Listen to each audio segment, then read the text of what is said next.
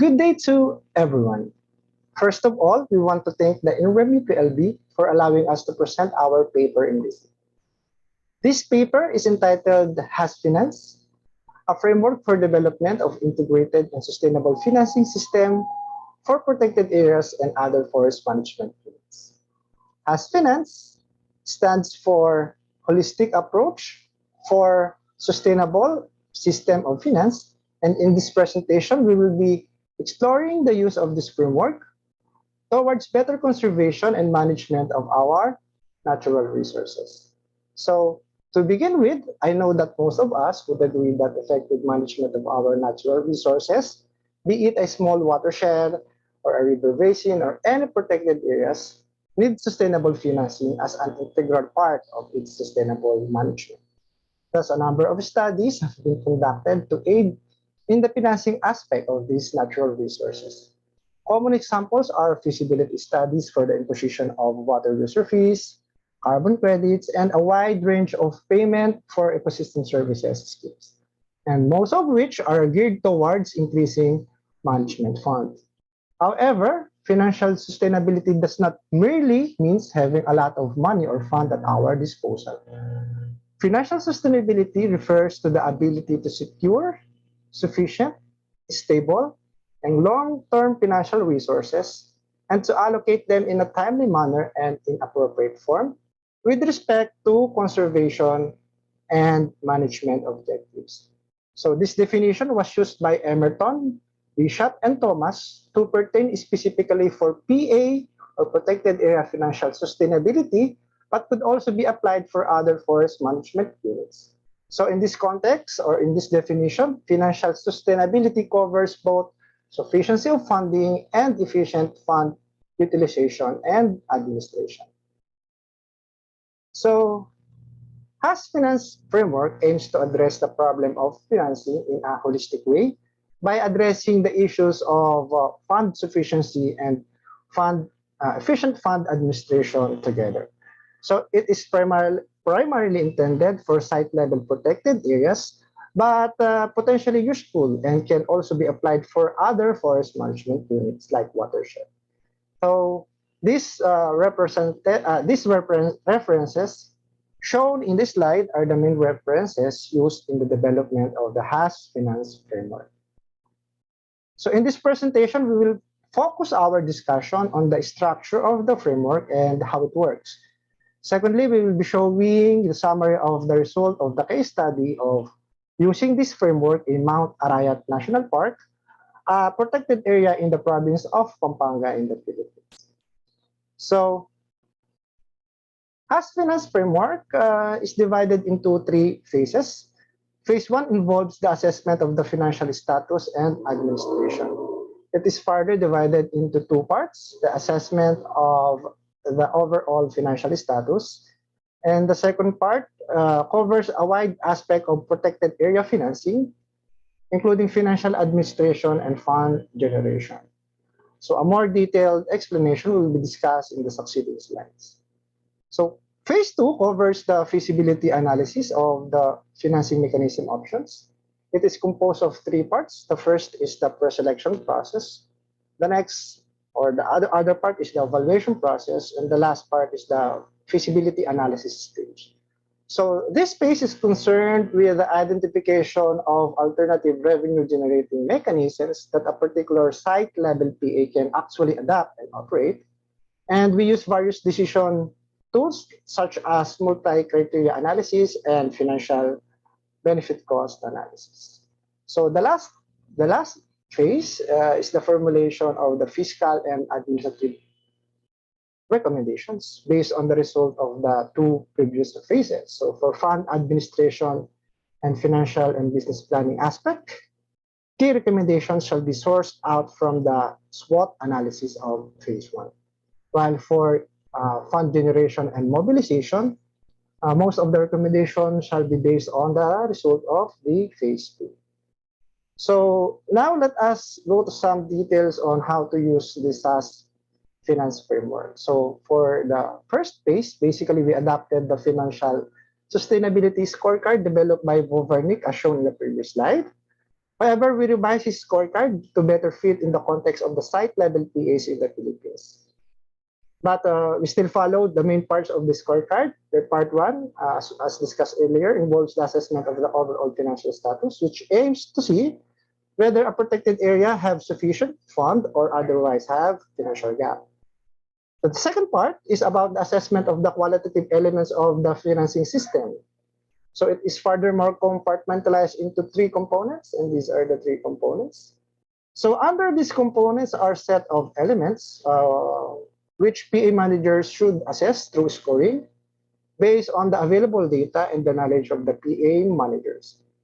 Scores were then summed up, and percentage for each element and components were or will be computed. A percentage score of 100 indicates that a particular element or component conforms with the element of sustainable finance. So for the phase two, the first stage is the pre-selection process. So this process gives the PA managers an idea which financing mechanism options are actually viable or not.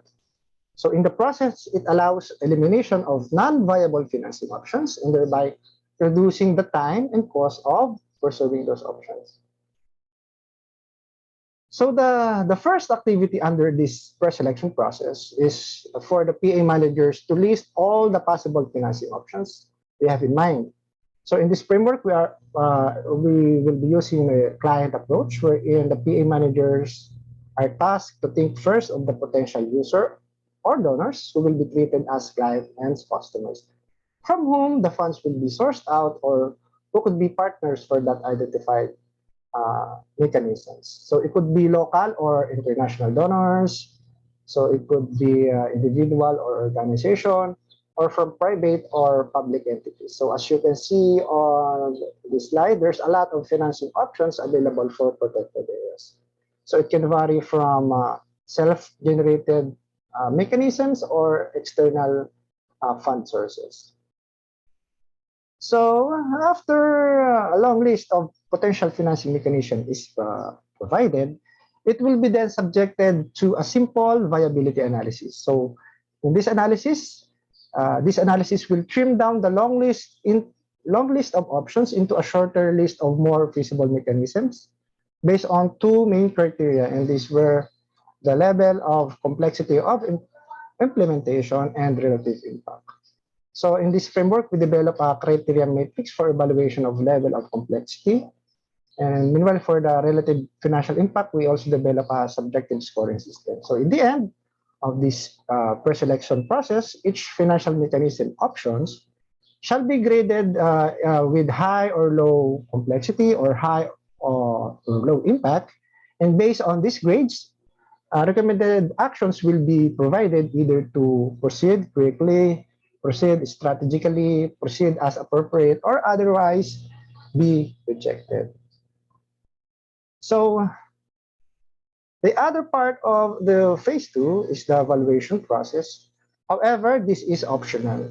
So in this framework, we suggest to conduct valuation studies only if necessary, primarily to strengthen the feasibility of the establishment of the specified alternative financing options. Several considerations that should be taken into account are the time and cost of conducting the valuation survey and the expertise needed to conduct such valuation studies. In here, we recognize that PA managers may have limited funds and human resources to pursue comprehensive valuation studies.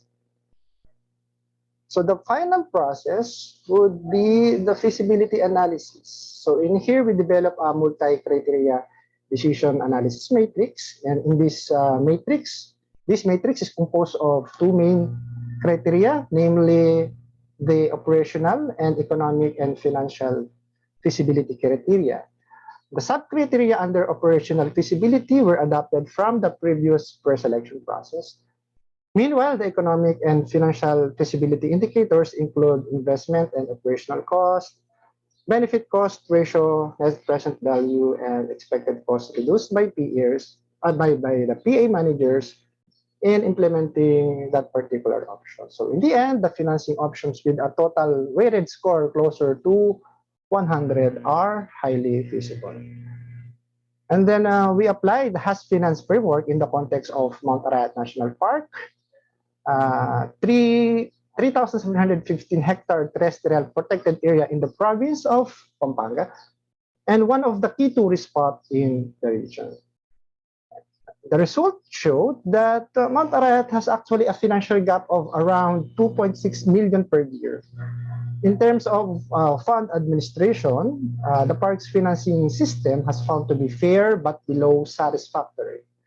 So the key results are shown in the slides here. And all of these are results of the financial sustainability scorecard developed for the purpose of this study. Let's jump in the result of the phase 2, particularly for the pre-selection process. So the PA managers had able to list a total of 14 potential financing mechanisms. 2 of the options were being rejected because they have low impact and high complexity. And one was noted as to proceed as appropriate. Thus, only 11 options were from the initialists were included in the final feasibility analysis, and 3 of them undergo evaluation process. So in the feasibility analysis, the options were ranked based on their feasibility score. However, this figure or the final feasibility analysis is actually ongoing and for completion, review, and verification. Nevertheless, we want to show the initial result for you to have an idea of how it's going. So as you can see, the initial result revealed that these 3, increasing interest fee, access to wildlife management fund, and collaboration with universities for research and development activities, have the highest feasibility scores, denoting high feasibility of adoption.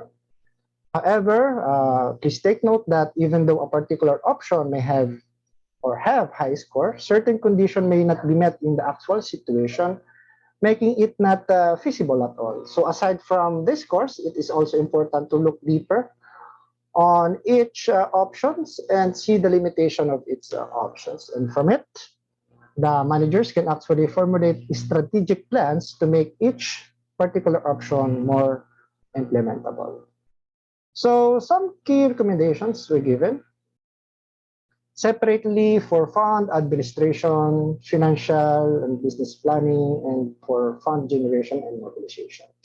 So it includes designation of sufficient special collection officer with adequate support staff, and creation of well-trained team to formulate sound and viable business plan and financial plan.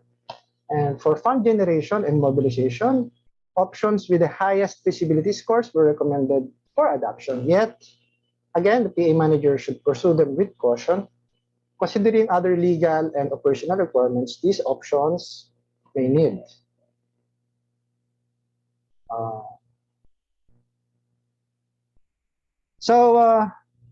In the end, this case study proved the usefulness of H.A.S.S finance framework to address financing issues of a site-level protected area, particularly the Mount Arayat National Park.